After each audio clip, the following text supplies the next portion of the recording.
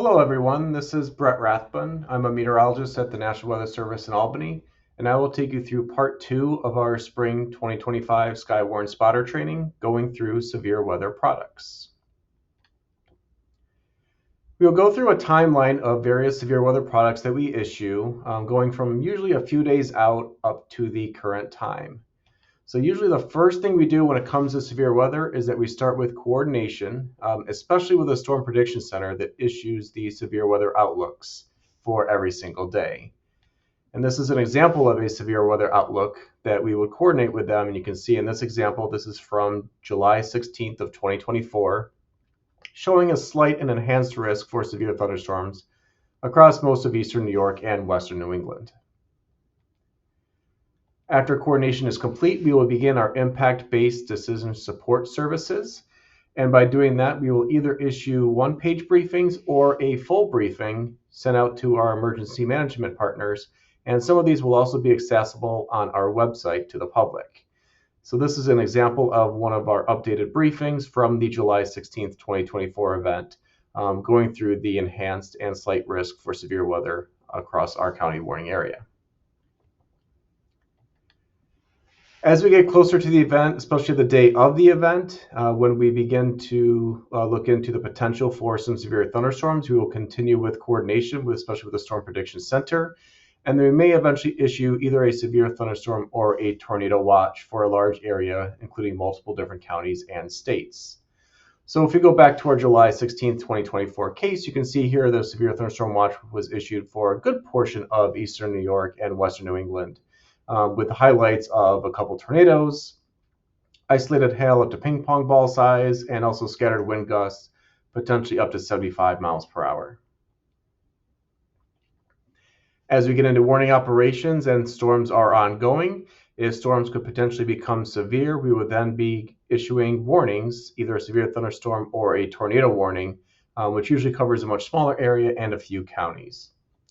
So in this event, we did issue a tornado warning. This is for portions of Saratoga, Warren, and Washington counties.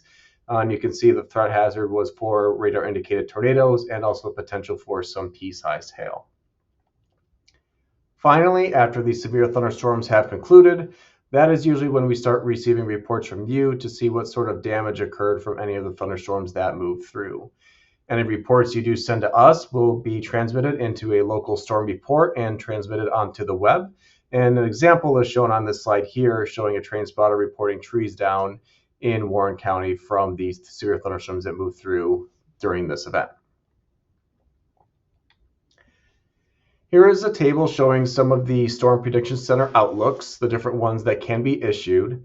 We have 6 different categories. The first one is just for general thunderstorm categories, and that is in the light green shading. And that is pretty much indicating that we are not expecting severe thunderstorms, but there could be some thunder and lightning with any thunderstorms that do occur.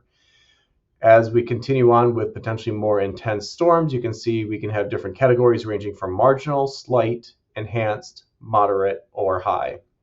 And the intensity and more widespread coverage of severe thunderstorms increases as you go down through this chart.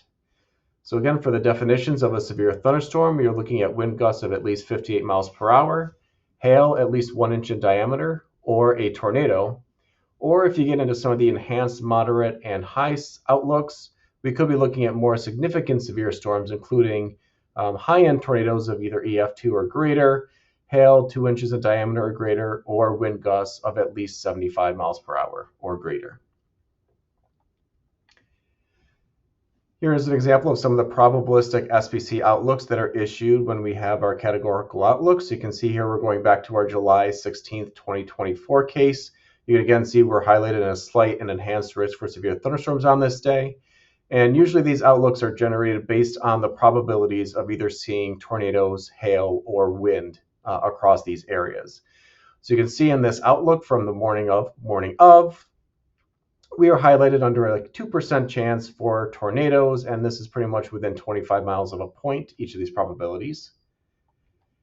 As we go into hail on the left side, you can see we're outlooked for a 5% chance for some hail, but the big driver for the outlook for this event was for wind, where you can see we had an area of 30% probabilities for seeing some wind damage within 25 miles of a point in the red circled area.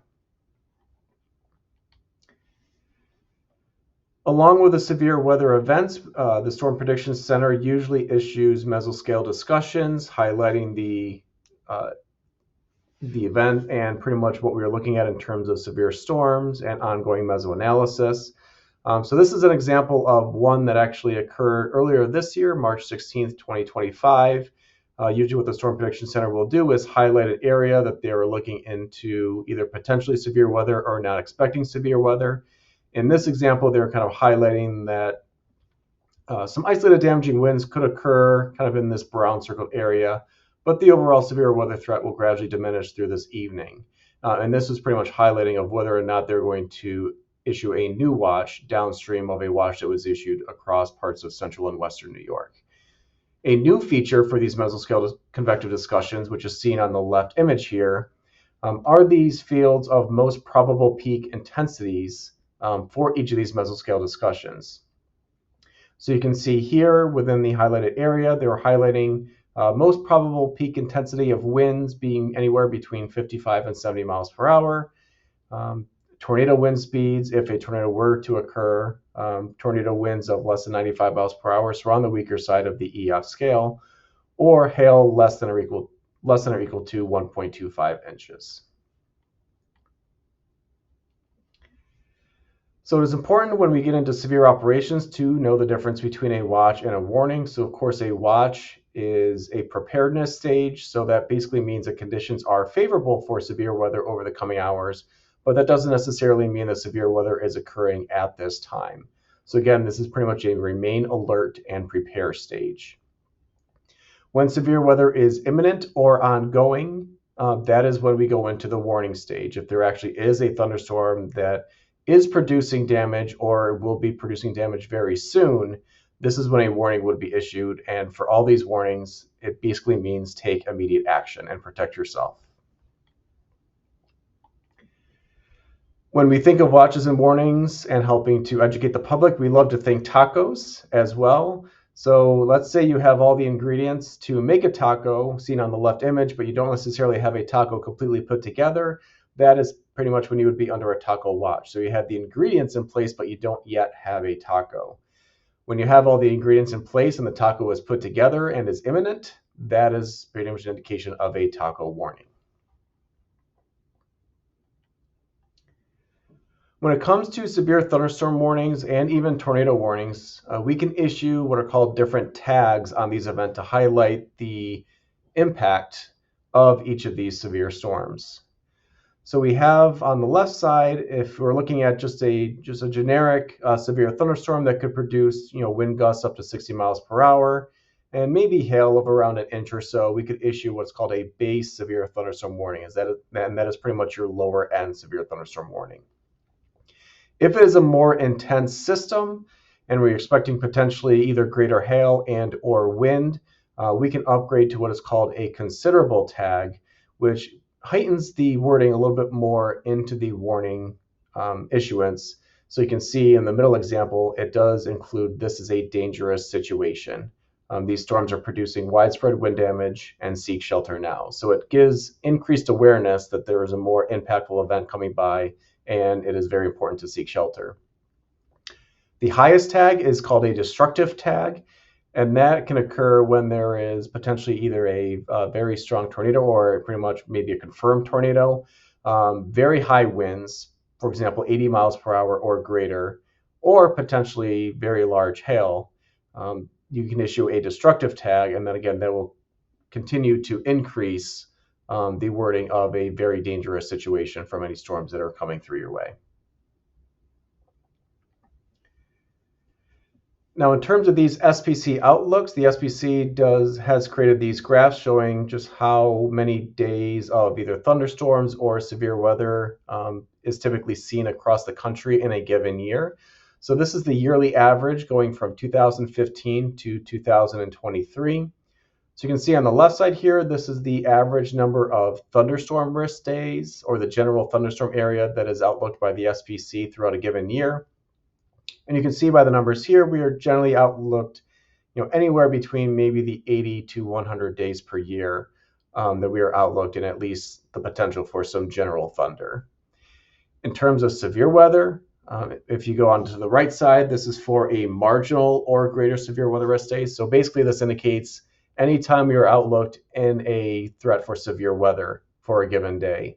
And you can see by the colors across Eastern New York and Western New England, we are generally in kind of the 20 to 35 days per year that we are at least outlooked in some sort of severe weather potential.